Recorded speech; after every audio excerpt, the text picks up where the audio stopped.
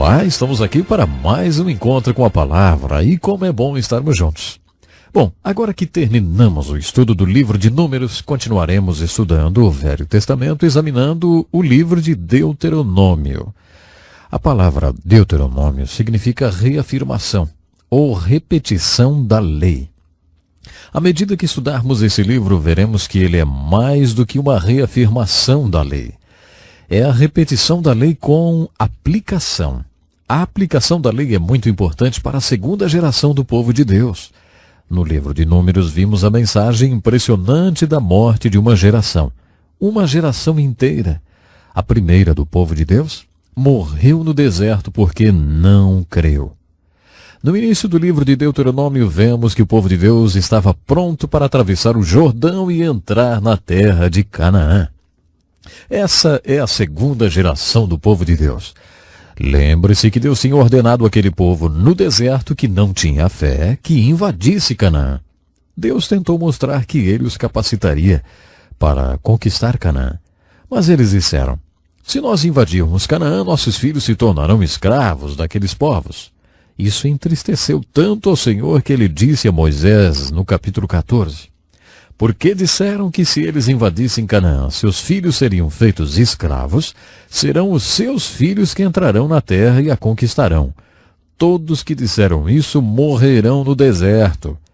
Portanto, essa é a segunda geração do povo de Deus, os filhos daqueles que pereceram no deserto e que agora estavam prontos para atravessar o Jordão e invadir a terra de Canaã. O livro de Deuteronômio é o registro do grande sermão de Moisés para o povo antes de atravessarem o Jordão e invadirem Canaã. Eu vou parafrasear a introdução do livro para que vocês possam entender melhor.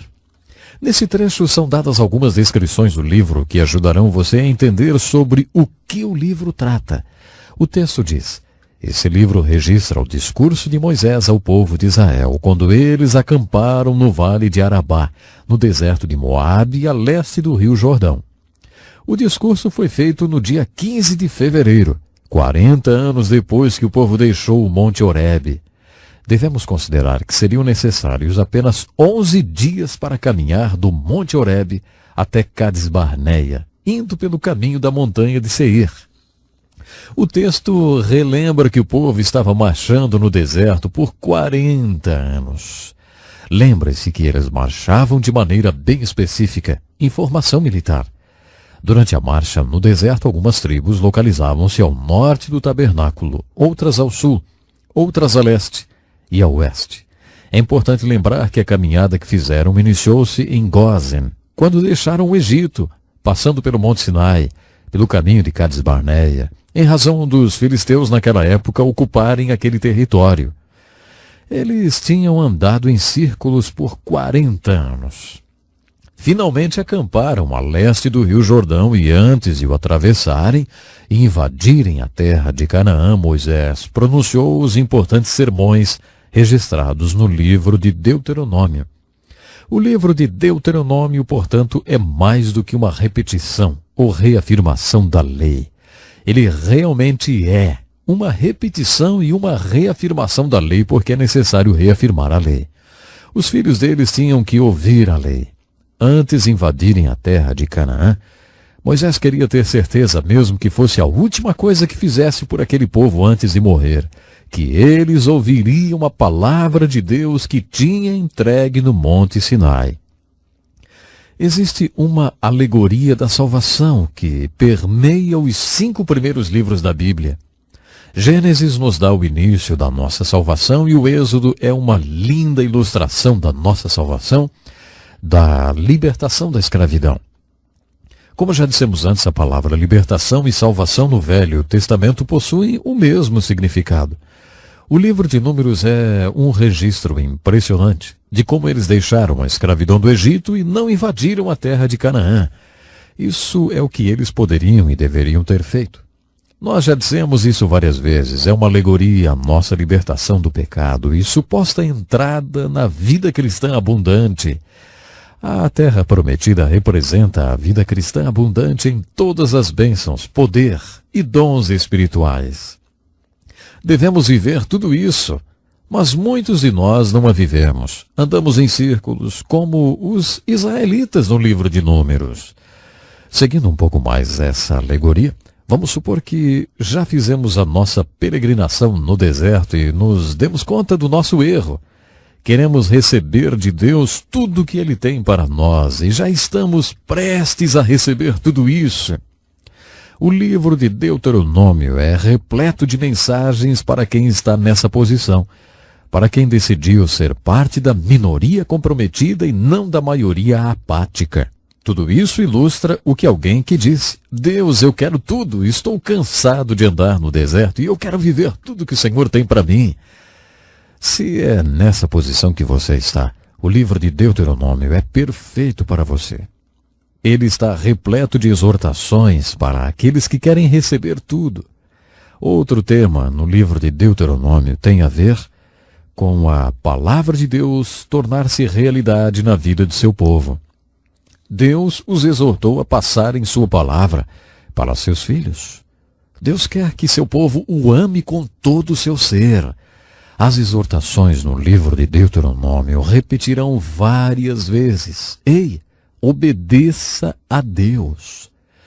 Passe esses valores de obediência e amor à palavra de Deus para os seus filhos. Na minha opinião, cada livro da Bíblia tem o seu capítulo-chave. No livro de Números, o capítulo-chave é o 14. No de Deuteronômio é o capítulo 6. O grande sermão de Moisés, registrado nesse capítulo, dá um resumo de todos os outros sermões. Esse sermão não só estabelece o ritmo, como reforça a mensagem dos outros sermões. No capítulo 6 de Deuteronômio, principalmente dos versículos 4 a 9, temos o sermão de Moisés que os rabinos sempre consideraram o melhor de todos os sermões. Na verdade, essa mensagem das Escrituras em Deuteronômio 6 foi considerada a base de confissão e fé do judaísmo. Aqui está a parte central desse sermão. Ouve, ó Israel, o Senhor nosso Deus é o único Senhor. Amarás o Senhor teu Deus de todo o teu coração, de toda a tua alma e de toda a tua força. Estas palavras que hoje te ordeno estarão no teu coração. Tu as inculcarás a teus filhos e delas falarás assentado em tua casa, andando pelo caminho, deitando-te e levantando-te. Também as atarás na tua mão por sinal, e te serão por faixa entre os teus olhos. E as escreverás nos umbrais da casa e nas portas. Esse trecho é a parte central do sermão e de todo o capítulo. Entretanto, há mais do que isso no sermão. O que Moisés estava dizendo para o povo um pouco antes deles atravessarem o Jordão e invadirem Canaã era: ouçam bem, Deus os chamou para ser um povo que o ame de todo o coração e de todo o ser. Para você mostrar que realmente o ama, vocês então precisam obedecer à palavra de Deus. Para você obedecer à palavra de Deus, vocês precisam conhecê-la. Deus quer que os filhos de vocês um dia sejam uma geração de adultos que o amarão com todo o ser. Para amar a Deus com todo o ser, deve-se conhecer e obedecer a sua palavra. Portanto, eu desafio vocês a, antes de tudo, amarem a Deus com todo o ser e a conhecer e obedecer a sua palavra. Por isso, cuidem de passar esses valores para os seus filhos. Moisés estava mostrando para eles como deveriam educar seus filhos para que se tornassem adultos que amassem e obedecessem a Deus. O que Moisés estava falando sobre educar filhos era o seguinte: se você está educando seu filho para que ele ame a Deus, então toda a base de sua educação deve ser a palavra de Deus. É muito simples, Deus é. Se Deus é, então ele é absoluto. Deus é absoluto. Em filosofia fazemos a seguinte pergunta: existe qualquer coisa absoluta? O que Moisés está nos dizendo através desse método de educação é que Deus é o seu absolutismo. Deus é absoluto. E esse Deus absoluto declarou algo: qualquer coisa que o Deus absoluto disser, será absoluto. Portanto, o Deus absoluto deu a você a palavra absoluta. Existem certas questões como moral absoluta que você deverá ensinar aos seus filhos. O pensamento de Moisés é o seguinte: Há um Deus absoluto e uma palavra absoluta, e, portanto, existe um caminho absoluto pelo qual seus filhos devem seguir. Participei de um seminário no qual várias autoridades da área de delinquência juvenil estavam dando palestras. A frase que abriu o debate foi: primeiramente, vamos ser objetivos. Não há absolutismos. Levantei a mão e disse: doutor, acabei de conversar com uma garota de 14 anos que está absolutamente grávida. Como você pode dizer a uma adolescente que não há absolutismos? As consequências são absolutas. Elas são absolutamente boas ou absolutamente ruins. As escolhas absolutas devem ser parte da educação. Esse método de educação exposto por Moisés envolve absolutismos. Ele disse: Deus é absoluto. Sua palavra é absoluta. Há um caminho absoluto pelo qual seu filho deve seguir.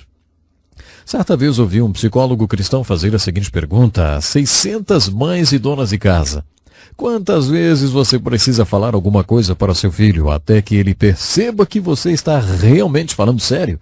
A resposta foi uma média de 3 a 5 vezes. Por exemplo: é hora de ir para a cama, Joãozinho. Vai para a cama agora. Joãozinho, é hora de você ir dormir. Vá para o seu quarto e arrume-se para ir para a cama. 3 minutos depois, você olha para o Joãozinho e vê que ele não deu a mínima atenção para o que você falou. Ele nem se mexeu em direção ao quarto. Então você diz mais uma vez: Joãozinho, eu disse que é hora de você ir para a cama. As mulheres admitiram que precisam dizer 4 ou 5 vezes a mesma coisa. Quando são levadas a sério, já estão gritando e perdendo a paciência, até que o Joãozinho vai para o quarto. O Joãozinho vai ser craque em ignorar seus 4 primeiros avisos, se souber que você só fala sério na 5ª vez. Sabe, eu venho de uma família de 11 filhos e minha mãe não tinha mais do que 1,5 metros. A crise econômica do seu tempo fez com que ela aprendesse alguns conceitos sobre como educar filhos. Ela nunca estudou psicologia, mas também nunca teve que repetir uma ordem. Se ela falasse, estava falado. Se você pensar a respeito disso, verá que é isso que você está ensinando a seu filho, mesmo que seja um simples vá para seu quarto. É hora de dormir, Joãozinho. Eu não vou falar 4, 5 vezes. É uma vez só. Com isso estou concluindo o estudo de hoje. Junte a nós no próximo programa. Vamos estar analisando o maravilhoso plano de educação de filhos que Moisés deixou. Então, até o nosso próximo encontro com a palavra.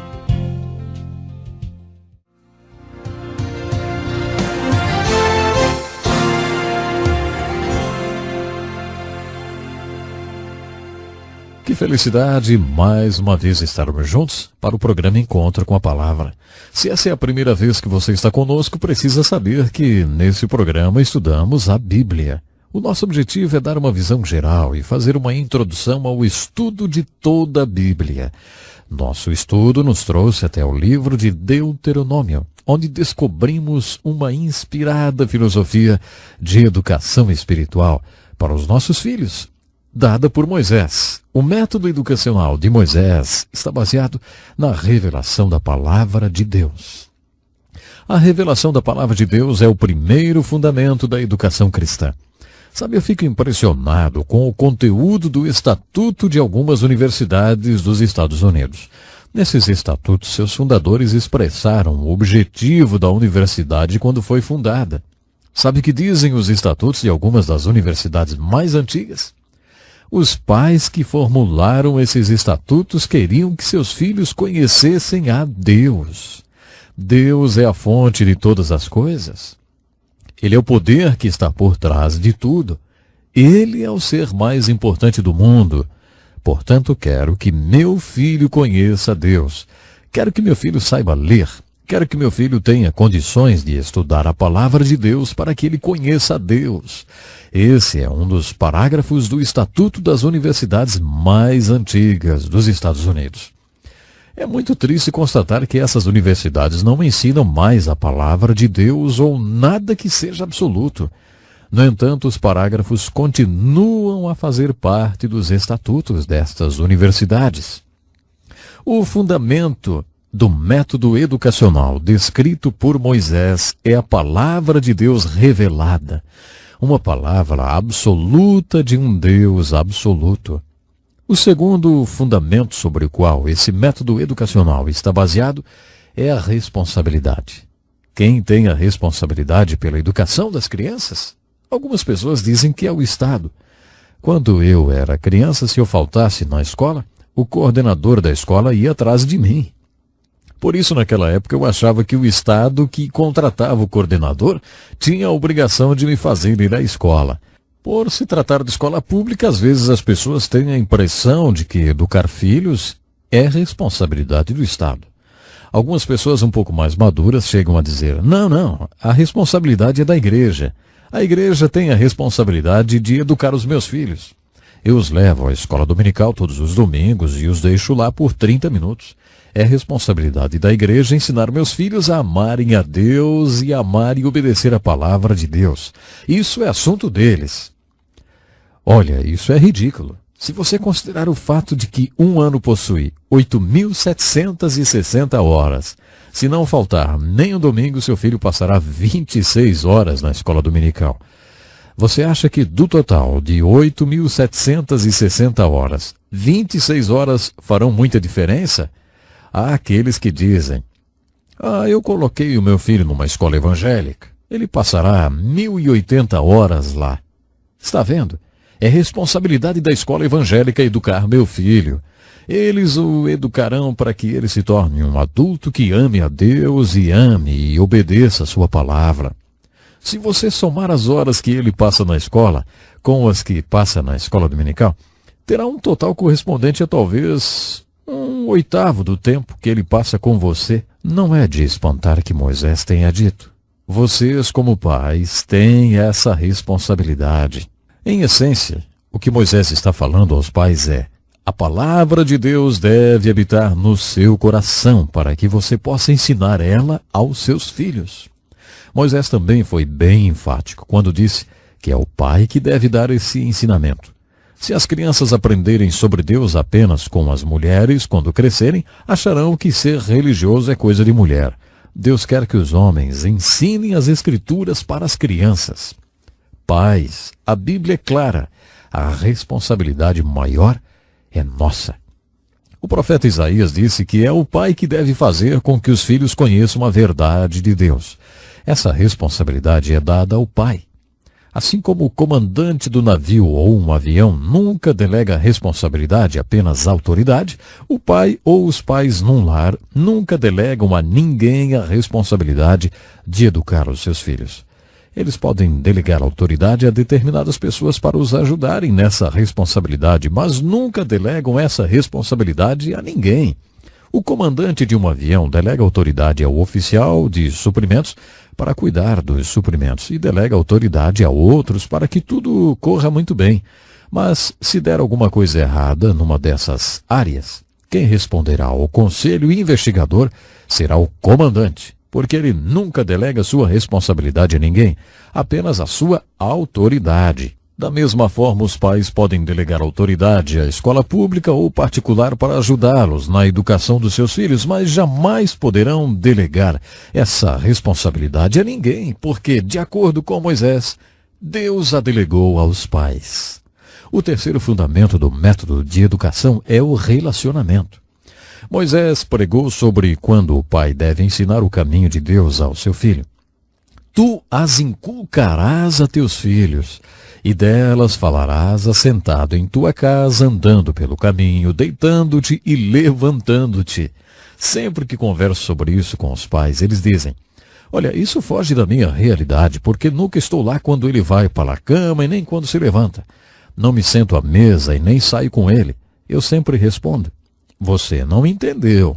Está fazendo o que muita gente faz. Está interpretando sua cultura e as Escrituras na ordem inversa. Muitas pessoas interpretam à luz de sua cultura.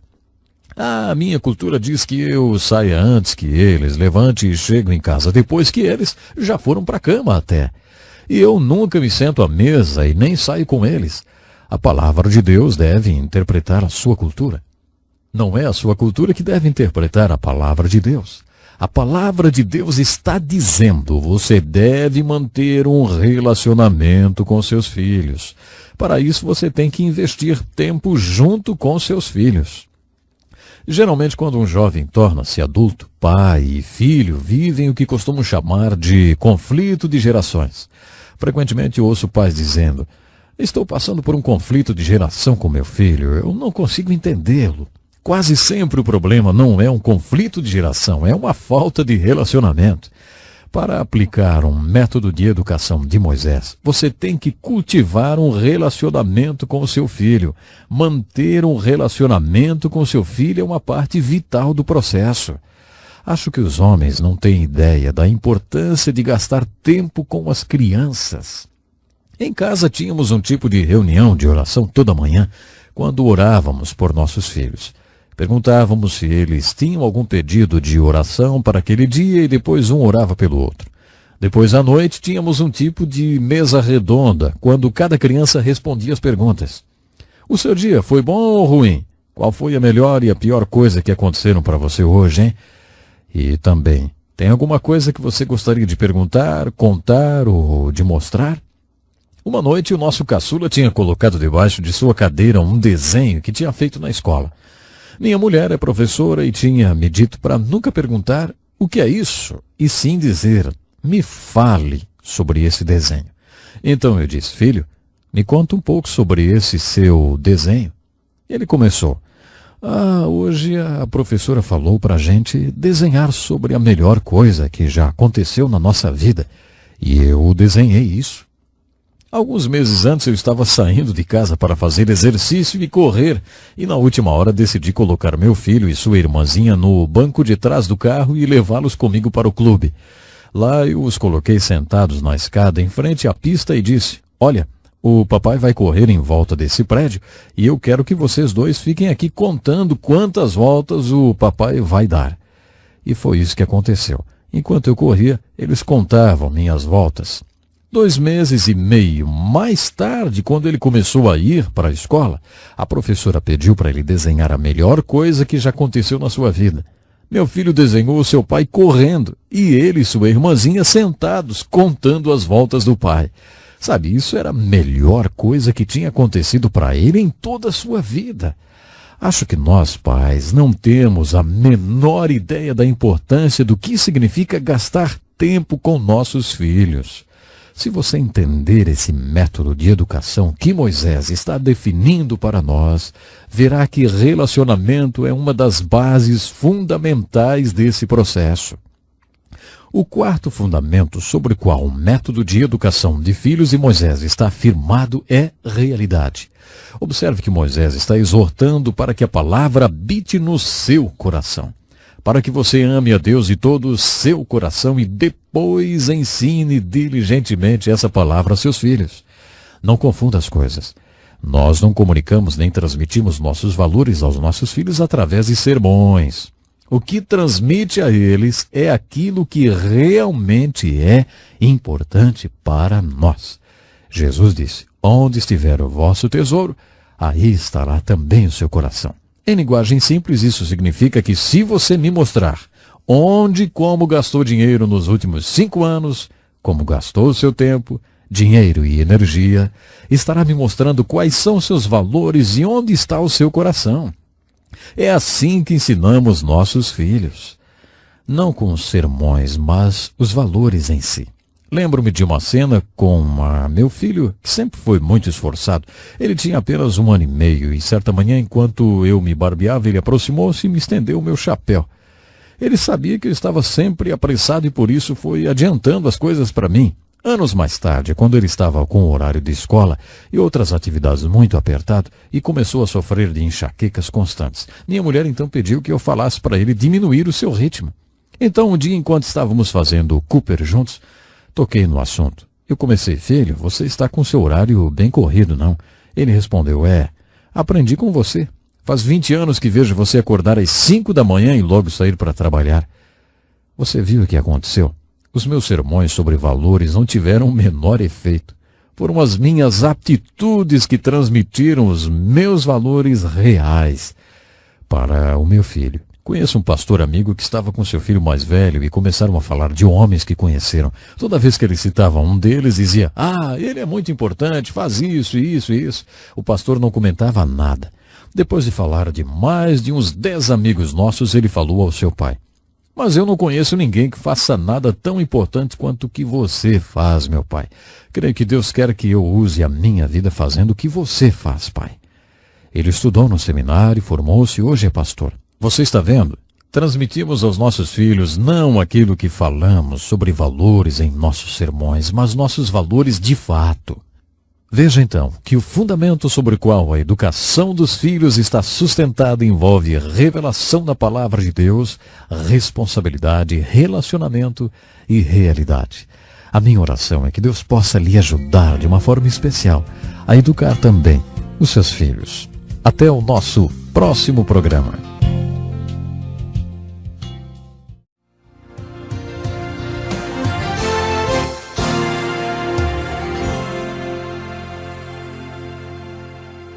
Olá, muito bem-vindo a mais um programa Encontro com a Palavra. Que alegria poder estar mais uma vez com você.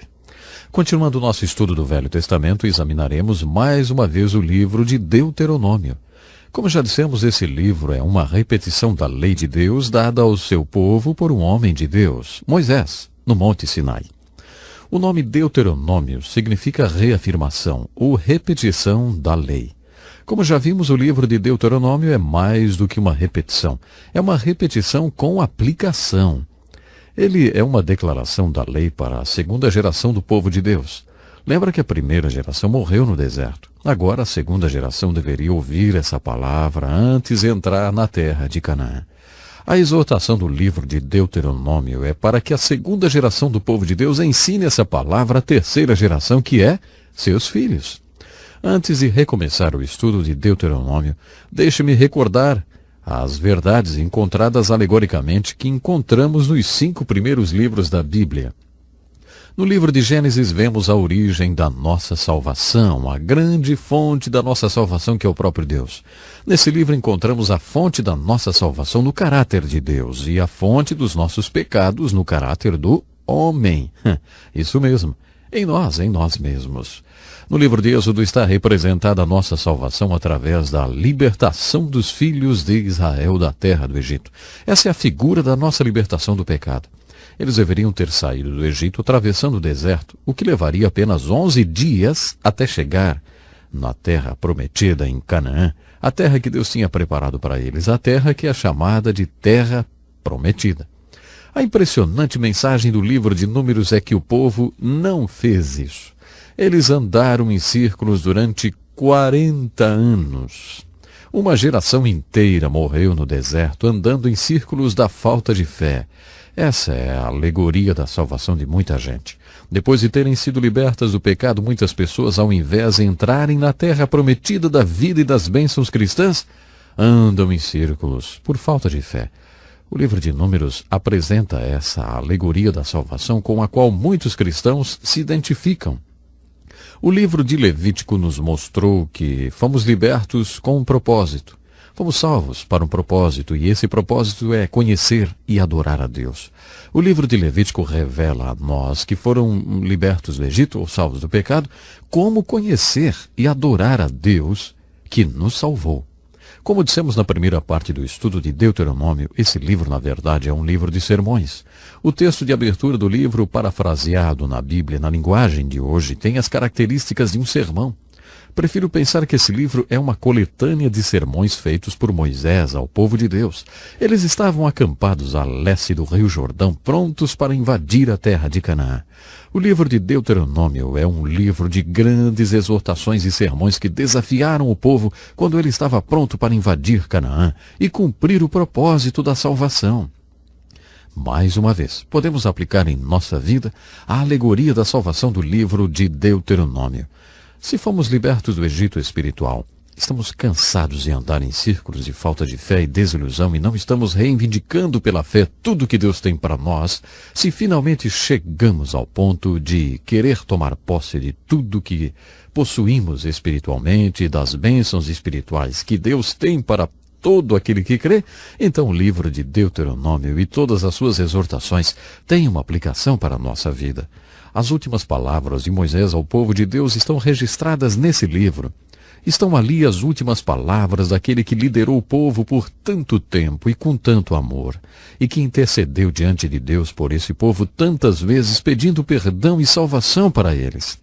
Nesses sermões tão importantes de Moisés, encontramos uma aplicação para nós que queremos entrar na nossa terra prometida da vida cristã, hoje mesmo, hoje em dia.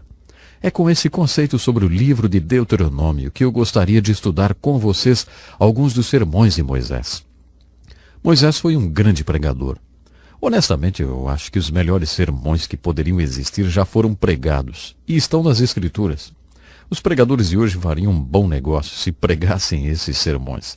Alguns desses grandes sermões estão no livro de Deuteronômio e um dos maiores homens de Deus que existiu os pregou. A primeira coisa que estudaremos no livro de Deuteronômio serão os capítulos de abertura do livro.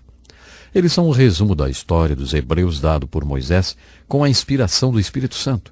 A história dos hebreus é um assunto e tanto. Quando terminarmos o livro de Deuteronômio, o último dos 5 livros, iniciaremos o estudo dos livros históricos do Velho Testamento, livros da história dos hebreus. Essa é uma matéria muito extensa e uma das mais difíceis que estudamos nos seminários ou nas escolas bíblicas.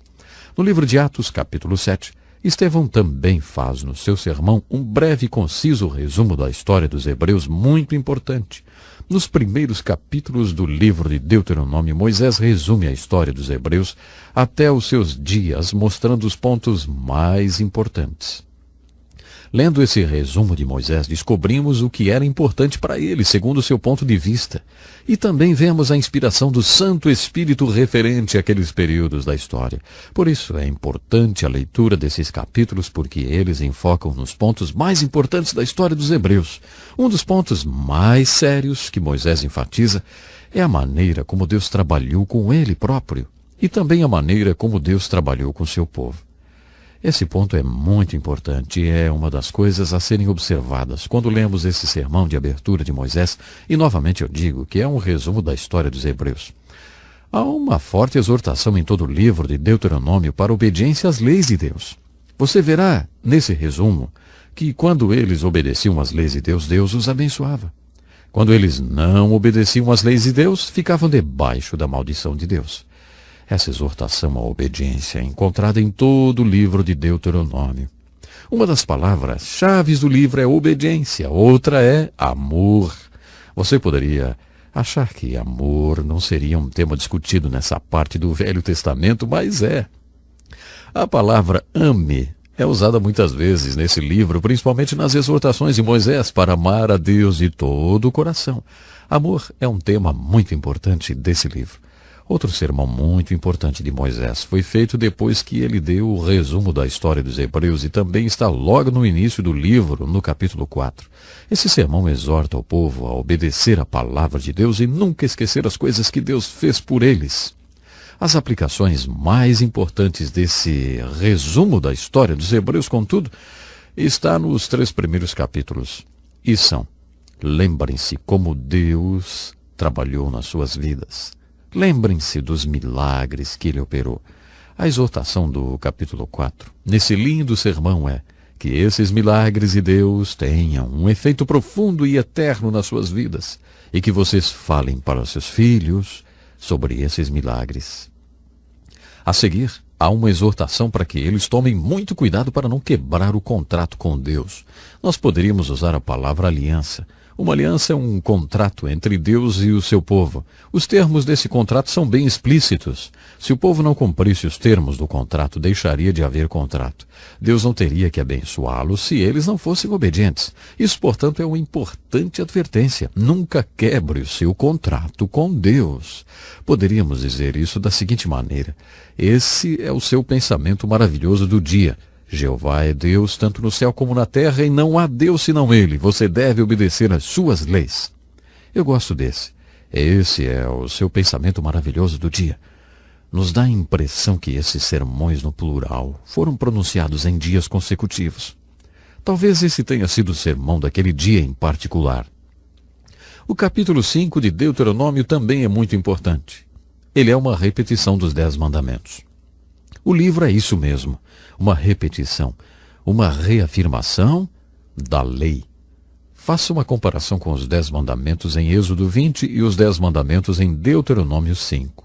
Você observará algumas aplicações em Deuteronômio, para que eles tenham o coração voltado para mim e que desejem obedecer aos meus mandamentos. Então tudo irá bem com eles e com seus filhos e todas as gerações.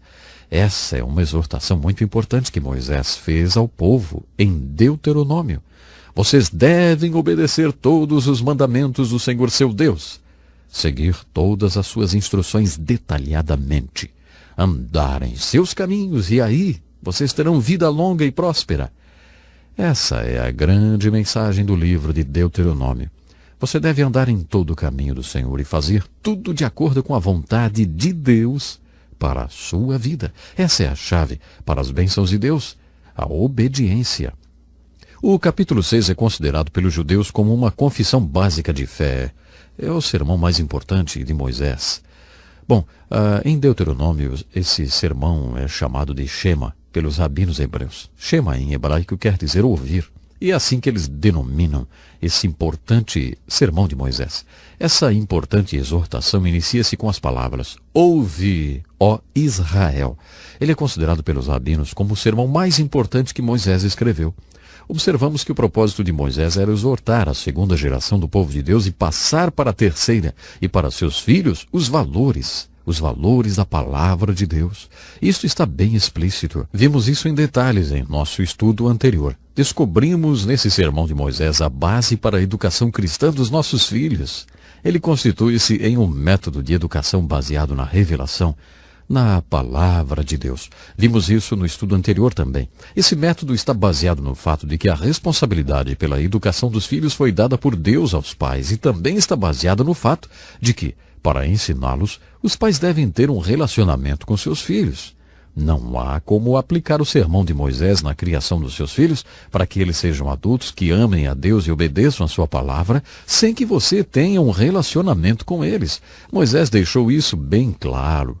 Tu as inculcarás a teus filhos, e delas falarás assentado em tua casa, andando pelo teu caminho, deitando-te e levantando-te.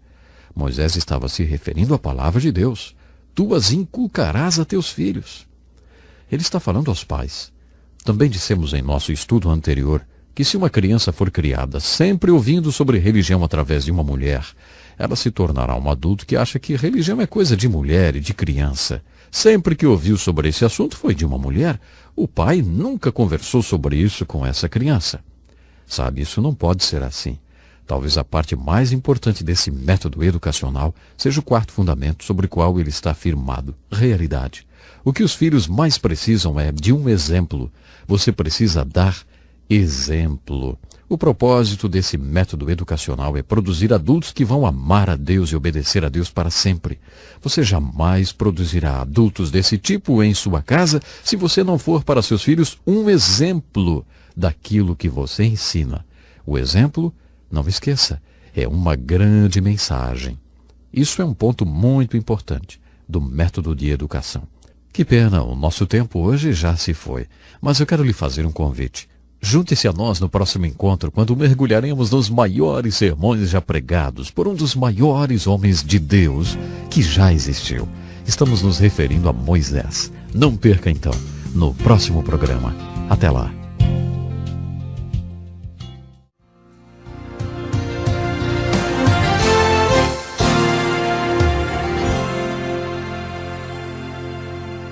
Muito obrigado, Darrell. Aqui estamos nós para mais um encontro com a palavra. Pegue sua Bíblia e junte-se a nós. Em nosso último estudo, vimos os grandes sermões de Moisés no livro de Deuteronômio. Terminamos fazendo uma aplicação daquele que os antigos rabinos consideram como o mais importante de todos os sermões de Moisés, o do capítulo 6 de Deuteronômio, que diz respeito à educação espiritual dos nossos filhos. Esse sermão é seguido de outro sermão de Moisés, também muito importante e registrado no capítulo 8. Todos esses textos são os grandes sermões que Moisés estava pregando. Repetindo esses sermões, falam sobre a palavra de Deus e a importância de obedecê-la. Há ainda outra revelação nesse texto.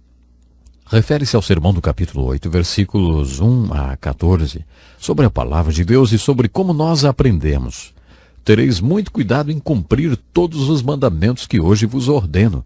Essa frase será repetida várias vezes nesse livro. Observe a exortação feita em relação à palavra de Deus.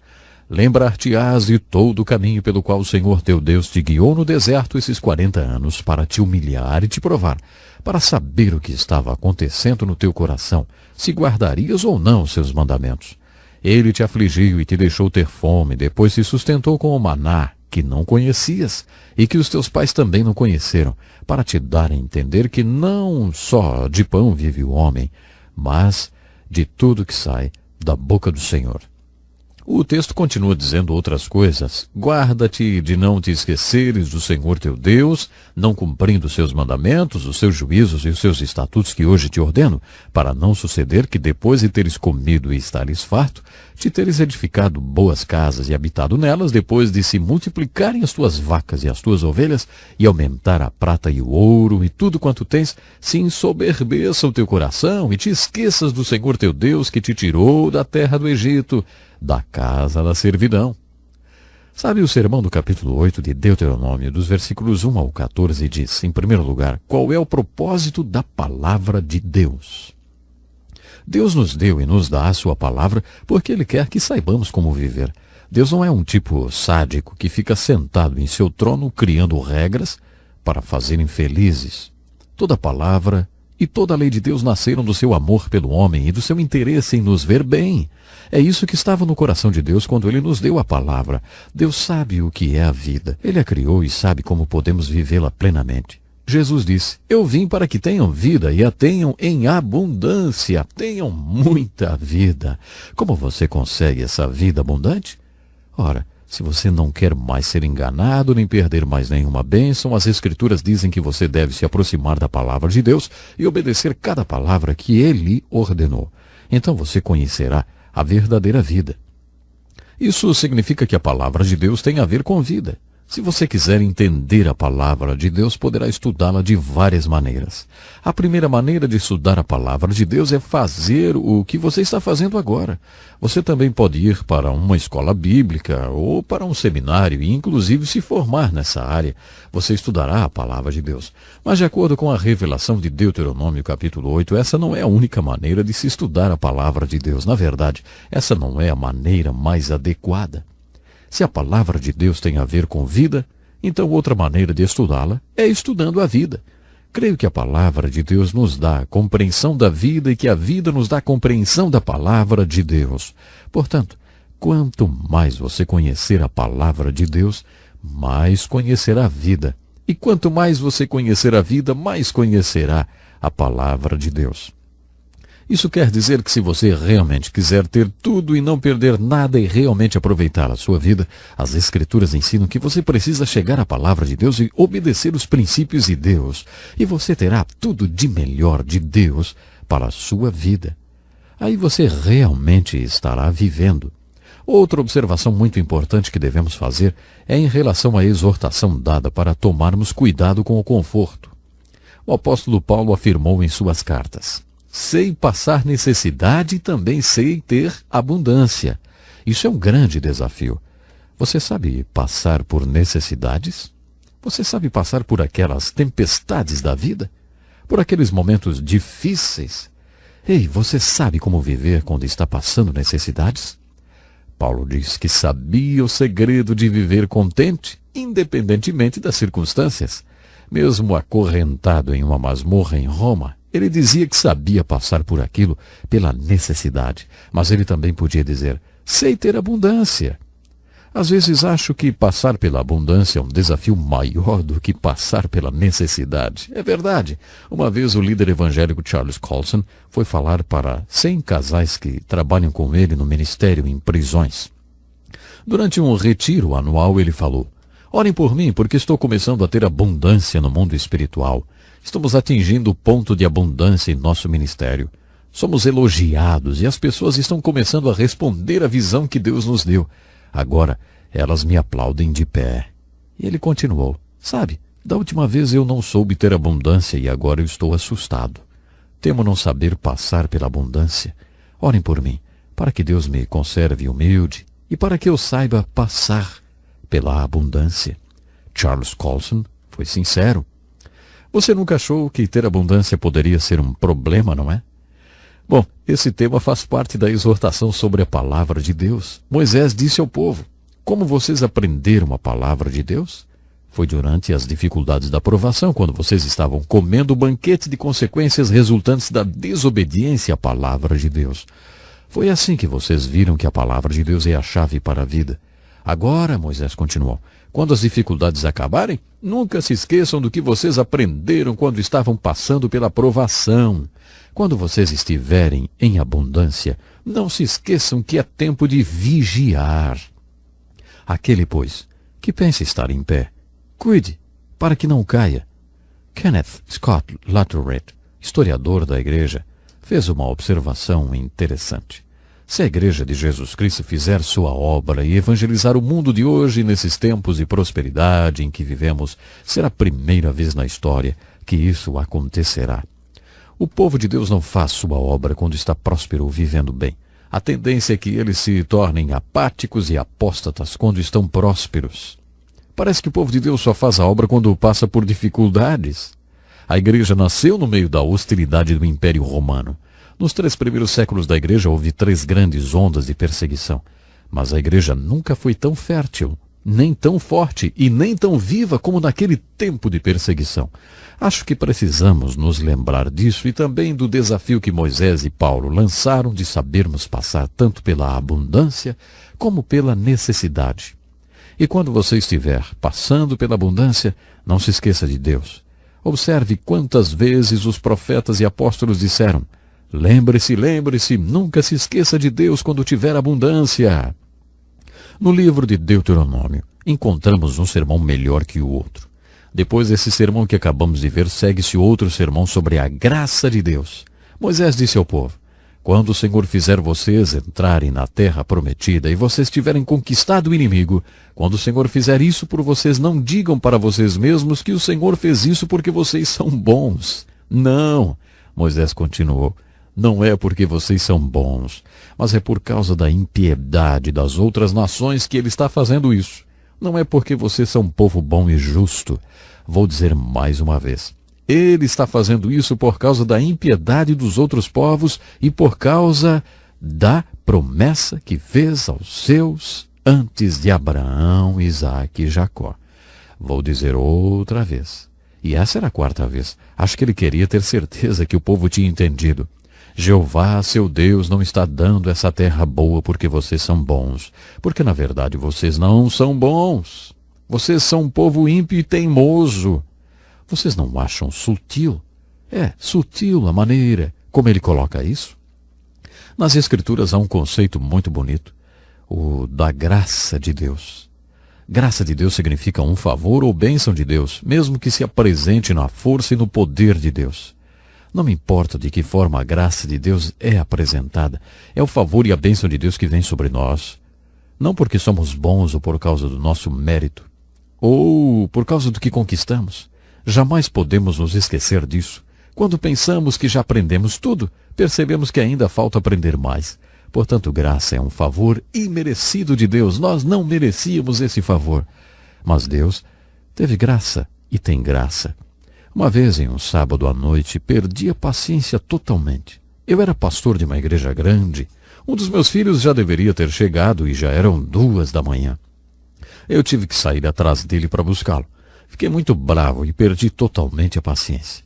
Você não acha que isso acontece com pastores, não é? Pois é. Mas aconteceu comigo às 2 da manhã. Algumas horas mais tarde, às 11 da manhã, eu estava em frente a uma grande congregação. Sentei no púlpito e falei para Deus: sinto muito por tudo isso que aconteceu, Senhor. Mas hoje o Senhor não vai poder operar através da minha vida.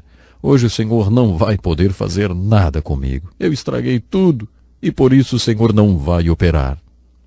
Bom, o texto bíblico daquela manhã foi especialmente importante para mim. Era o texto em que Jesus ensinou a parábola do fariseu e do publicano. Eu nunca tinha percebido que ele tinha ensinado a parábola para aqueles que se achavam justos. Nunca tinha observado isso antes. Enquanto eu li aquele texto de maneira responsiva com a igreja, foi como o Senhor estivesse me falando. Você confia em sua própria justiça. Por isso acha que na semana passada e na anterior eu podia operar, porque você tinha passado bem aqueles dias. Agora que você teve um dia ruim, perdeu a paciência e tal, acha que eu não posso trabalhar, não é? É, pastor, você não entende nada da minha graça. Era isso que Deus estava falando para mim. Então eu continuei e preguei do mesmo jeito. Eu quase não podia acreditar. A unção do Espírito Santo foi derramada poderosamente naquele dia. Talvez você ainda não tenha aprendido isso. Esse trecho diz, não é porque você é bom, mas porque Deus é bom. Ele ama e abençoa você. Ele é um Deus que possui graça. É isso que significa a palavra graça. E é essa incrível exortação do capítulo 9 de Deuteronômio. Agora que você compreendeu esse conceito de graça, procure observá-lo em toda a Escritura, porque a sua salvação é explicada no Novo Testamento baseada nesse conceito. No conceito da graça. E é muito importante você pensar seriamente sobre isso. A graça de Deus tem tido espaço para atuar na sua vida constantemente? Bom, chegamos ao final do nosso programa. O tempo hoje já se foi. Programe-se para estar conosco na próxima oportunidade, quando vamos continuar a estudar os melhores sermões do melhor homem de Deus. Escreva para nós, enfim, entre em contato conosco e, sem dúvida, Deus tem algo especial para você através da sua imensa graça. Até o próximo programa.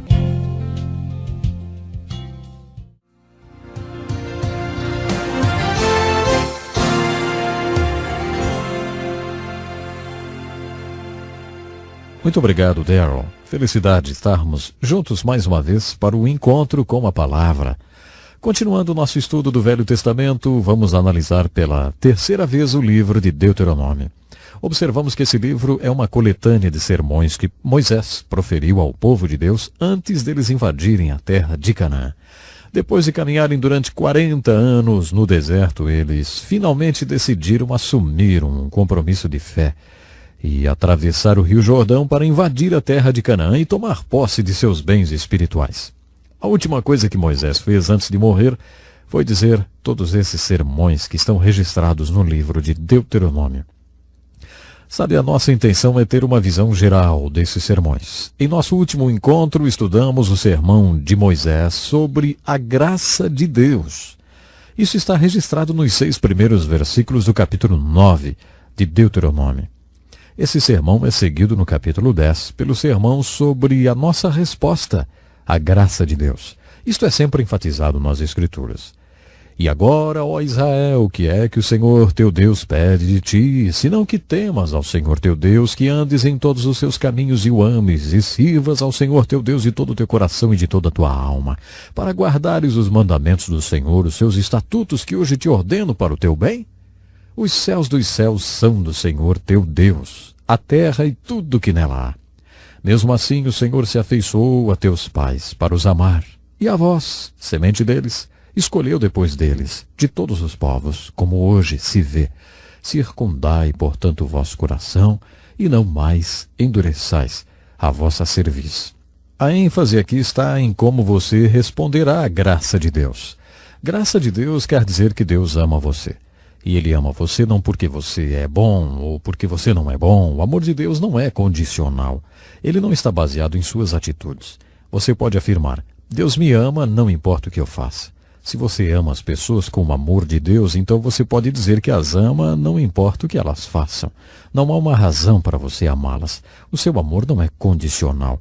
Ele não depende das atitudes das pessoas. Em nossa casa, nós temos um quadro com a frase, Deus me ama incondicionalmente. Sabe, essa é a primeira coisa que meus filhos veem quando chegam em casa à noite, mesmo que seja além do horário que deveriam chegar. Deus me ama incondicionalmente. No corredor tem outro quadro com a frase, eu amo você incondicionalmente. Quero que meus filhos sejam confrontados com esses dois fatos toda vez que entrarem na nossa casa, não importa quando e nem como entram. Não importa por onde tenham entrado ou andado, Deus os ama incondicionalmente. Esse é o significado da palavra graça. O amor de Deus não está condicionado a nada. Não depende das suas atitudes. A palavra graça é como uma espada de dois gumes, ou seja, que corta dos dois lados. Em primeiro lugar, isso implica que o amor de Deus por mim e as suas bênçãos sobre a minha vida não dependem das minhas atitudes. Isso é muito confortante porque mesmo que suas atitudes durante essa semana sejam boas, você poderia sentir-se inseguro sem saber se poderia manter o mesmo comportamento na semana seguinte. Talvez na semana que vem você poderia dar uma escorregadinha, e aí Deus não amaria e nem abençoaria mais você, e por isso você ficaria inseguro. Mas quando você entende a palavra graça, entende que não precisa se preocupar com isso. Deus vai amar você incondicionalmente, não importa o que você faz. Ele ama você por causa da graça dele. Essa é a primeira metade da mensagem sobre a palavra graça. A outra metade é a seguinte: eu não conquisto as bênçãos e o amor de Deus com atitudes positivas e eu não perco sua graça por causa de atitudes negativas. Podemos nos confortar com isso. A razão de Deus me abençoar não é porque eu sou bom. E Ele também não vai me pôr para fora se eu me tornar mal. Deus me ama e pronto. Exatamente. Jesus me ama quando sou bom e faço o que deveria fazer. Jesus me ama quando sou mal, mesmo que isso deixe triste. Mas Jesus me ama. E essa é a mensagem da Bíblia. O amor de Deus é assim. Como você responde a isso?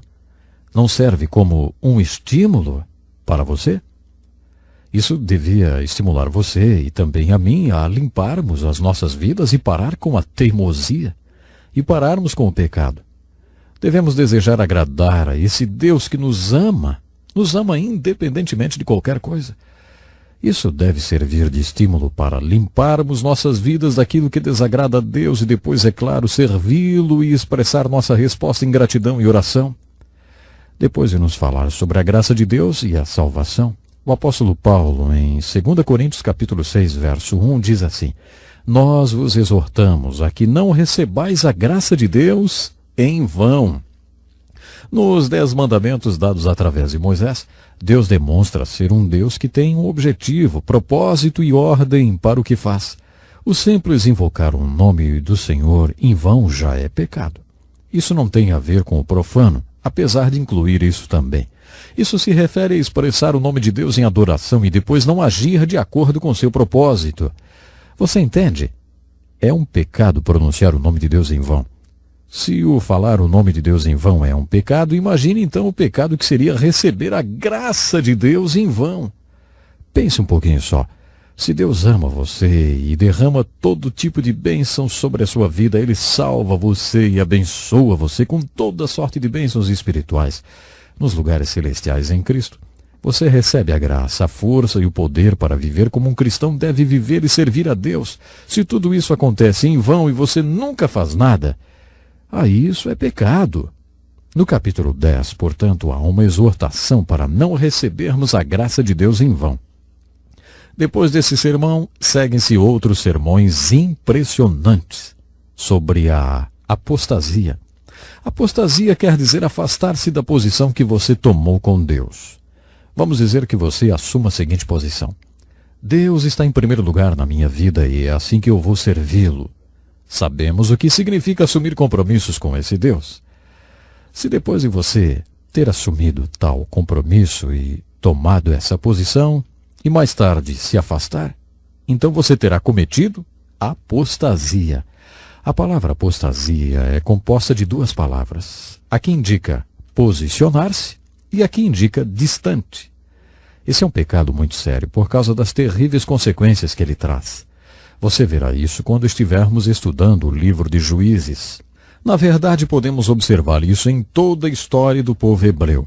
As consequências da apostasia são impressionantes. Moisés proferiu um sermão muito importante e severo sobre a apostasia. Ele disse: se o meu filho ou filha, ou um parente próximo ou seu melhor amigo tentar afastar você de Deus, mate-o, execute-o. Não tenha piedade. Se houver uma cidade que apostatou, destrua-a totalmente e mate todos os seus habitantes. Puxa vida, isso parece duro demais, hein? Entretanto, se você estudar os resultados da apostasia, os cativeiros da Babilônia e da Assíria, verá por que Deus foi tão severo através das palavras de Moisés com respeito à apostasia. Não deixe que a apostasia se prolifere no seu meio. Esse é o importante sermão do capítulo 13 de Deuteronômio. No capítulo 14, há outro sermão, o sermão sobre o dízimo. A palavra dízimo em hebraico significa a 10ª parte. Esse sermão nos ensina que devemos dar a Deus a 10ª parte de tudo que nós temos. Quando estudamos esse tema nas Escrituras, e essa é a primeira vez que o dízimo é ensinado, encontramos a declaração de que o propósito do dízimo é ensinar vocês a colocarem sempre Deus em primeiro lugar nas suas vidas. O dízimo tem um propósito, tem sim. Deus não precisa de 10% da nossa renda. Por que então Deus instituiu a lei do dízimo? Porque Ele queria nos ensinar algo. O primeiro mandamento nos diz: Deus em primeiro lugar. As Escrituras insistirão repetidamente: Deus em primeiro lugar. Deus quer que aprendamos essa lição tão importante. Como Deus nos ensina a colocá-lo em primeiro lugar na nossa vida? Uma das maneiras é nos dando uma medida de compromisso. Ele sabe se é ou não o primeiro em nossas vidas, mas nós não sabemos. Por isso o Senhor instituiu o dízimo. O dízimo não existe porque Deus quer 10% de tudo que temos. Deus quer a primeira 10ª parte. Observe bem isto, hein? A primeira 10ª parte. Quando o povo entrou na terra de Canaã, a primeira cidade que conquistaram foi Jericó. Todo o espólio de Jericó foi dedicado a Deus, porque essa foi a primeira cidade que eles conquistaram. Deus quer a primeira parte de tudo que você ganha. Ele quer a primeira 10ª parte, não apenas uma 10ª parte. Além disso, o Velho Testamento nos ensina que o povo também deu ofertas. Além do dízimo, eles também deram ofertas. O dízimo era de Deus. Se eles gastassem o dízimo, estariam roubando a Deus. Isso mesmo. Além do dízimo, eles deram ofertas e sacrifícios.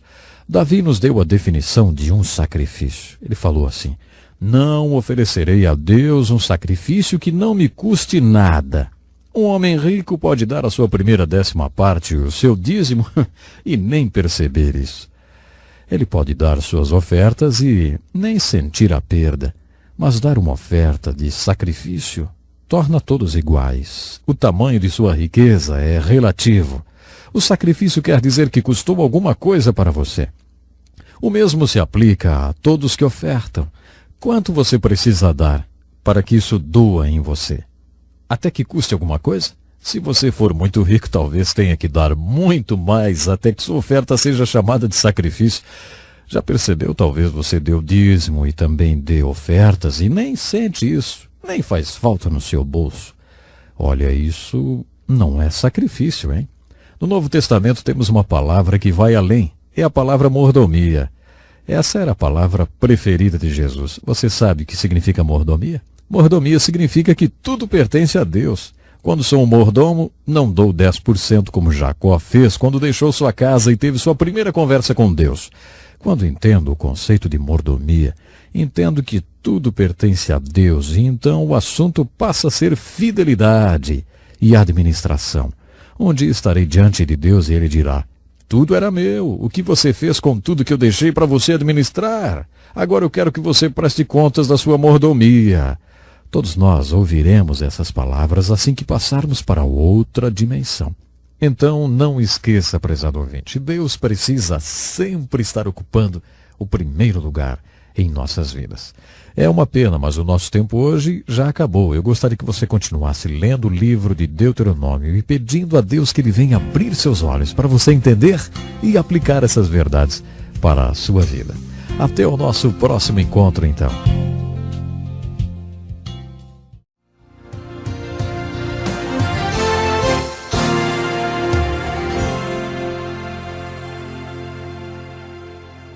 Que felicidade grandíssima estarmos mais uma vez juntos para o encontro com a palavra.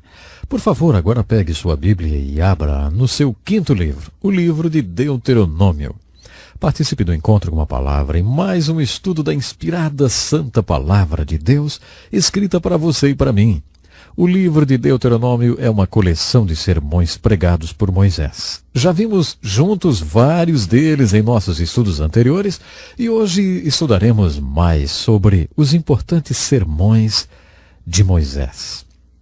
No capítulo 17 de Deuteronômio há uma profecia e uma norma de conduta para o povo de Deus. Moisés era um profeta e um profeta fazia duas coisas. Ele profetizava e pregava a palavra de Deus. Algumas vezes ele fazia essas duas coisas juntas. Na maioria das vezes ele não exercia o papel de profeta, fazendo previsões. Ele apenas pregava a palavra de Deus. Mas às vezes ele profetizava e pregava a palavra de Deus. No capítulo 17 ele fez as duas coisas. O povo ainda não tinha um rei. Ele só teria um rei 500 anos mais tarde.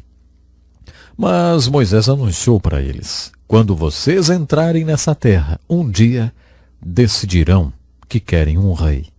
Eu não acredito que Deus quisesse que eles tivessem um rei. Mas Moisés previu isso. Vocês vão querer ter um rei e Deus dará um rei a vocês. Quando isso acontecer e vocês o tiverem coroado, e ele já estiver cumprindo o seu mandato, quero que vocês o façam reinar sobre essas leis que eu anunciarei agora. Quando ele for coroado e sentar-se no trono como rei, deverá copiar essas leis do livro que estará com os sacerdotes levitas. A cópia dessas leis deverá ser sua constante companheira. Ele deverá lê-la todos os dias da sua vida para que aprenda a respeitar o Senhor, seu Deus, obedecendo todos os seus mandamentos. Essa leitura constante da palavra de Deus o impedirá de sentir-se melhor do que seus co-cidadãos.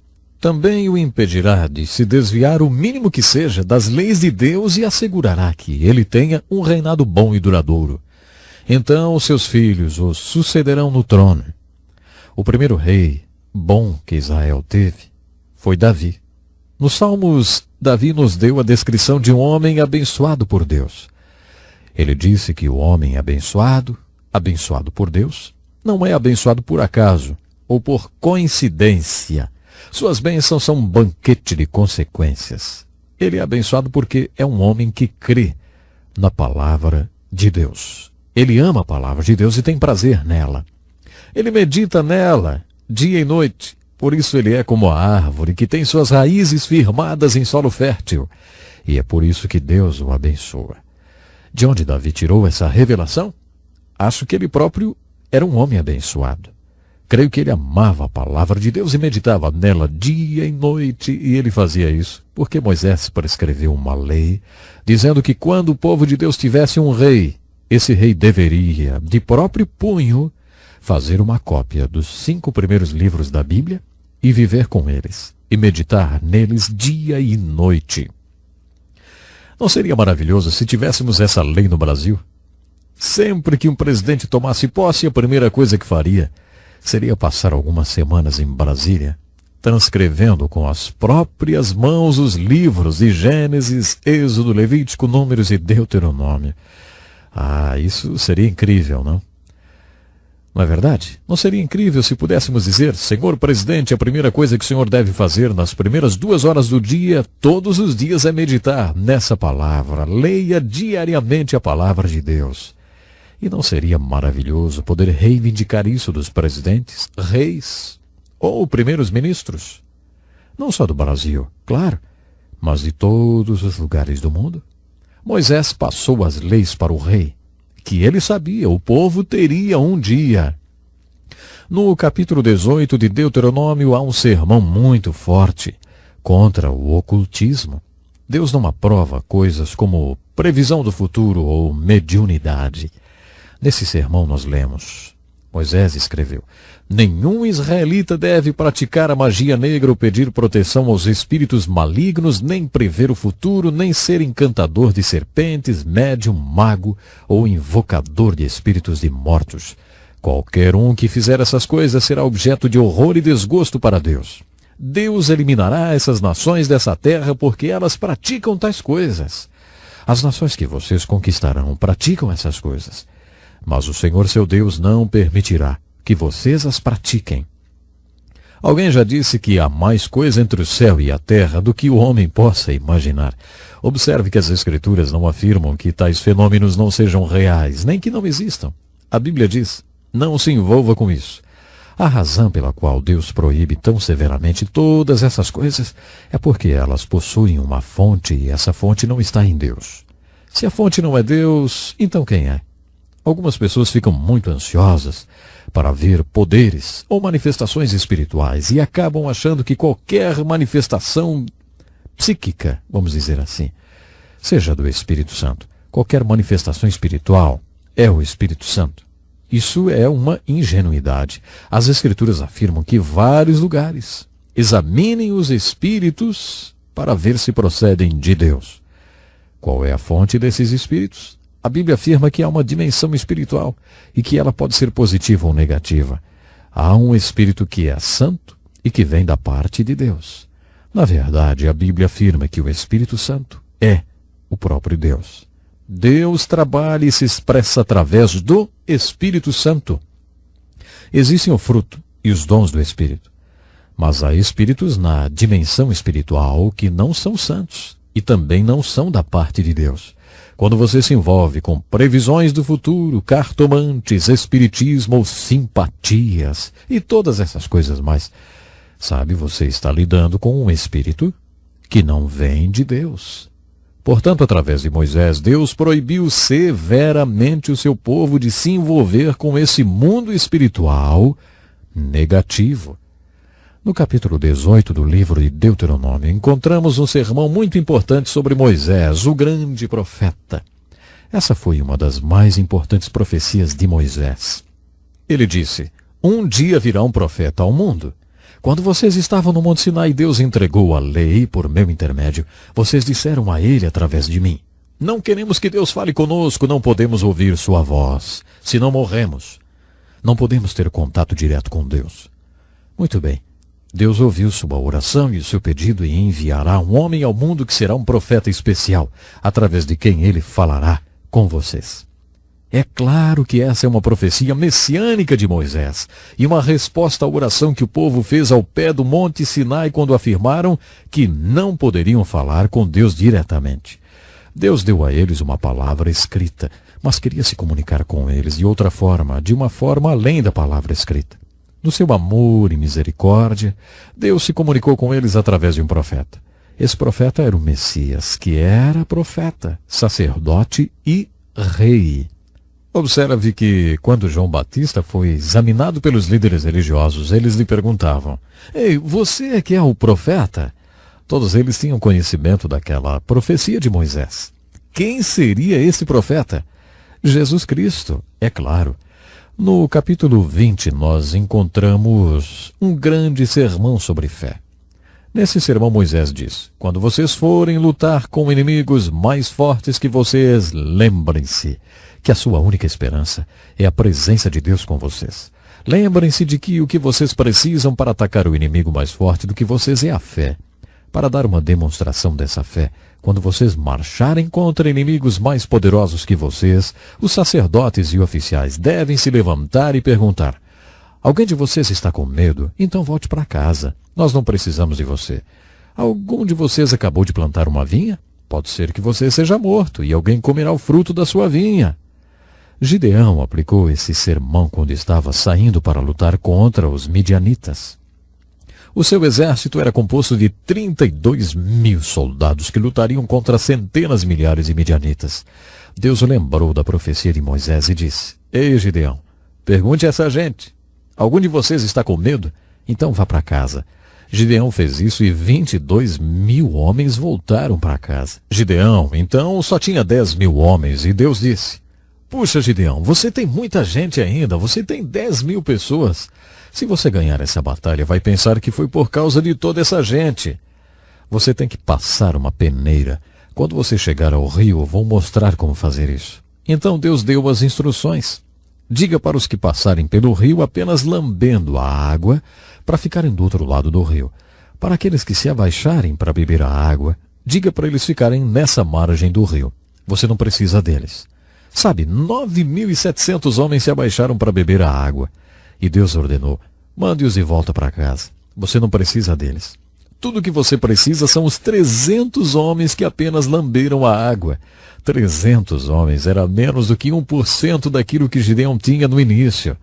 A estratégia de Deus era mais ou menos essa. O número de soldados que Gideão tinha não era importante, nem a habilidade e o talento deles como guerreiros. O que realmente importava é que Deus estava com eles. O poder da presença de Deus seria o mesmo com 300 soldados ou com 32.000 soldados. Mas para ter certeza de que eles acreditariam nisso, que a única esperança que tinham era a presença de Deus com eles, Deus instituiu por meio de Moisés esse desafio tremendo. Davi acreditou. Todos os homens de Deus acreditaram. Davi declarou: a batalha é do Senhor. Certo dia, um grupo de pastores estava almoçando em uma base militar muito importante, onde estavam guardados os melhores jatos do exército americano. Eles nos mostraram todos os aviões e um pouco do poder de fogo que eles tinham. Um pastor presbiteriano velhinho me puxou de lado e disse: ei, em Deus nós confiamos.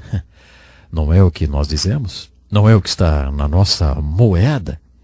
Será que realmente nós confiamos em Deus? Ou será que confiamos em nossos mísseis e em nosso poder de fogo? Esse é o ponto do sermão do capítulo 20. Sabe, isso é algo muito importante. Isso vale para a nossa vida hoje? Claro que sim. Você confia em Deus? Você tem fé? Você tem enfrentado a batalha da sua vida com uma verdadeira fé? Isso é muito importante. Que maneira maravilhosa de terminarmos o estudo do livro de Deuteronômio. Há muito mais nesse livro do que aquilo que nós estudamos. Eu tentei compartilhar com vocês alguns dos pontos mais marcantes. Eu gostaria que você pensasse nisso. O mesmo Deus que esteve com Gideão, o mesmo Deus que esteve com Moisés, o mesmo Deus que esteve com Davi, está também com você. Quer fazer parte todos os dias da sua existência. Pense nisso e até o nosso próximo programa.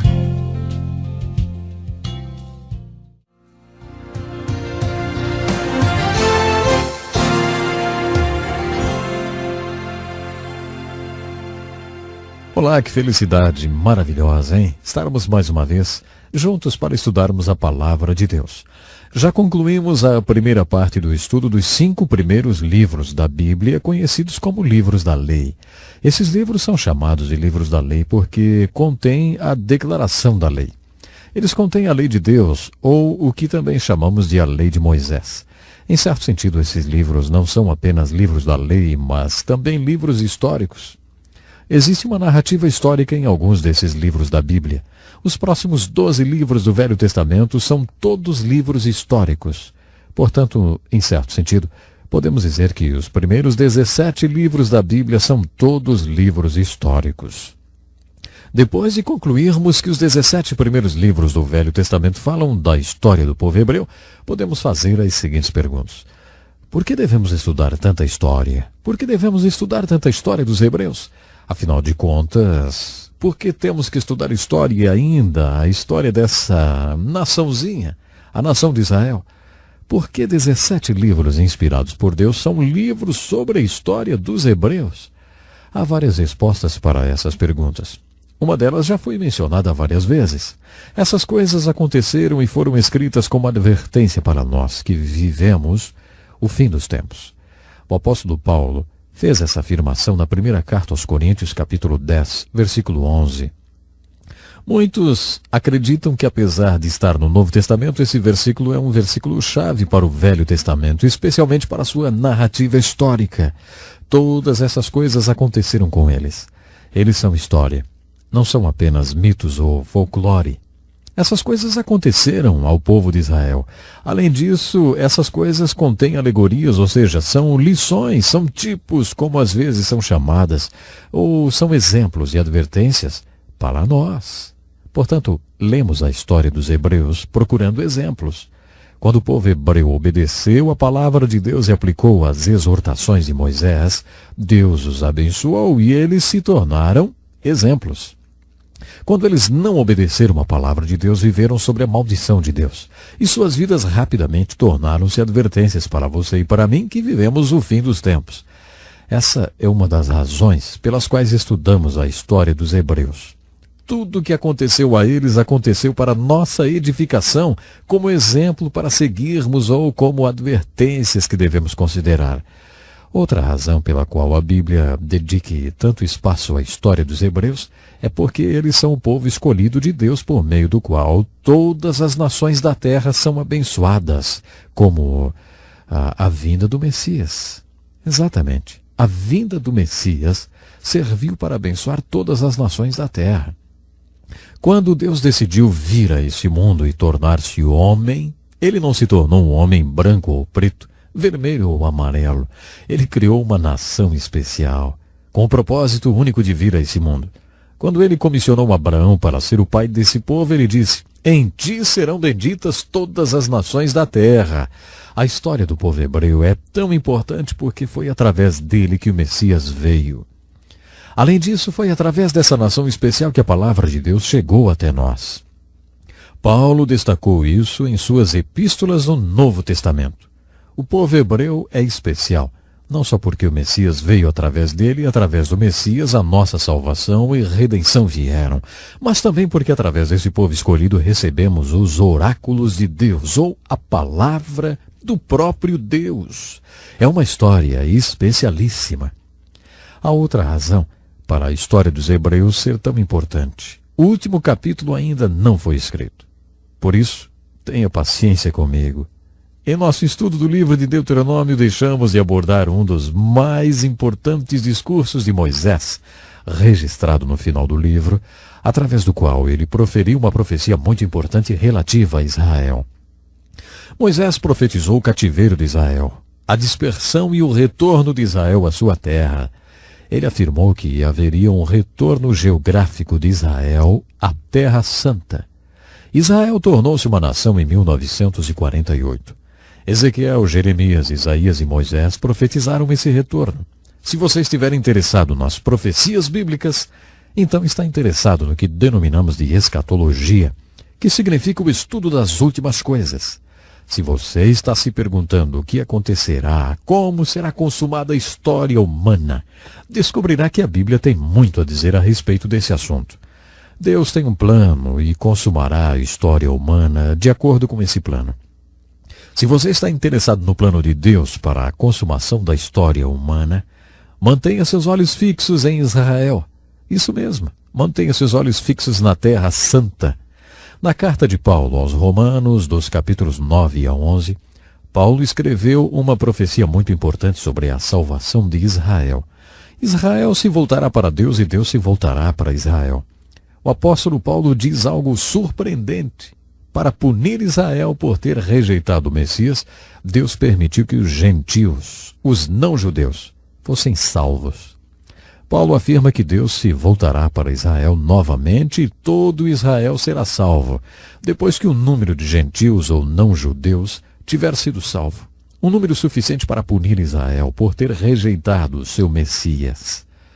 Zacarias, o profeta, no capítulo 10 do seu livro, afirma que um dia os judeus serão grandes profetas novamente. Segundo ele, 10 homens segurarão um judeu pelo casaco e vão dizer: "Deus está com você, fale-nos do seu Deus." Se você estuda a profecia bíblica, percebe que Israel é a chave para a profecia. Nós já vimos o retorno geográfico de Israel para a sua terra. Ainda não vimos o retorno espiritual de Israel para o seu Deus. Já percebemos alguns movimentos emocionados nessa direção. Há alguns acontecimentos realmente interessantes, como, por exemplo, as sinagogas messiânicas. Temos visto uma parte do povo escolhido de Deus nascer de novo e se converter e abrir sinagogas messiânicas. Qualquer sinal de um retorno espiritual de Israel, além do geográfico, é muito emocionante se considerarmos a consumação da história. De acordo com a profecia bíblica, o retorno, tanto geográfico como espiritual, de Israel é um fator muito importante na maneira como será concluída a história. Por isso é tão importante estudar a história dos hebreus. Estudamos a história deles, porque Deus ainda não acabou de lidar com eles, e quando ele terminar com o povo de Israel ao mesmo tempo, terminará de lidar com todo mundo. Podemos justificar a necessidade de estudar história nesse estudo dos livros históricos do Velho Testamento da seguinte forma. Suponha que amanhã você acorde em um hospital e seja informado que sofreu um acidente no caminho para casa e, como resultado do acidente, contraiu amnésia total. Suponhamos que você não tenha a menor ideia de quem você seja e nem de onde você veio. Você não tem a menor ideia de quem é a mulher que parece ter intimidade com você, e nem essas crianças que entraram no quarto chamando você de papai ou de mamãe. Você não tem a menor ideia de quem são eles e está completamente perdido porque está sofrendo de amnésia total. Isso pode acontecer. Qual seria a coisa mais importante do mundo para saber em um momento como esse? Seria, claro, o que nós chamamos de história social.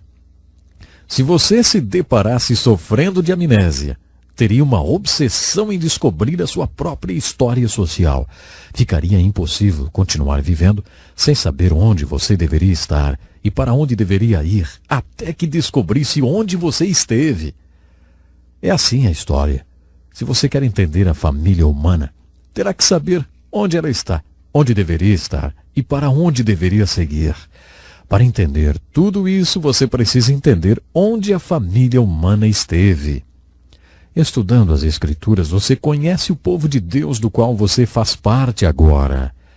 Se você faz parte do povo de Deus, precisa entender onde o povo de Deus deveria estar, para onde deveria ir e quais deveriam ser os seus objetivos, valores e aspirações. A fim de entender onde o povo de Deus deveria estar e para onde deveria ir, você precisa saber onde ele esteve. Não só o povo hebreu, claro, mas como todo o povo de Deus. Por todas essas razões, iniciaremos o estudo dos livros históricos do Velho Testamento. Estudaremos a história do povo hebreu nos livros históricos inspirados da Bíblia. Lembre-se que a Bíblia é um livro fantástico. Ela faz que você possa se lembrar que a história do povo hebreu iniciou-se com Deus. De acordo com o livro de Gênesis, que o grande livro de Gênesis fala para nós. Você lembra? É o livro das origens. Deus é a origem desse povo e de todos os outros povos. De acordo com Gênesis, através do homem Adão, que é o pai, o cabeça da raça humana, a família humana veio a existir. No livro de Gênesis também ouvimos falar desse povo escolhido, um povo especial, escolhido por Deus, que se originou de 3 patriarcas, Abraão, Isaque e Jacó. O início de tudo está registrado no livro de Gênesis.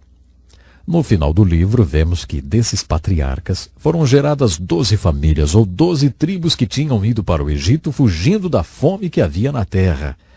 É assim que Gênesis termina, com essas 12 famílias ou tribos do Egito. O livro de Êxodo inicia-se 400 anos mais tarde, depois que essas 12 famílias tinham se tornado uma multidão. Nos Estados Unidos da América, de algumas poucas colônias, em 200 anos a população multiplicou-se para cerca de 200 milhões de pessoas.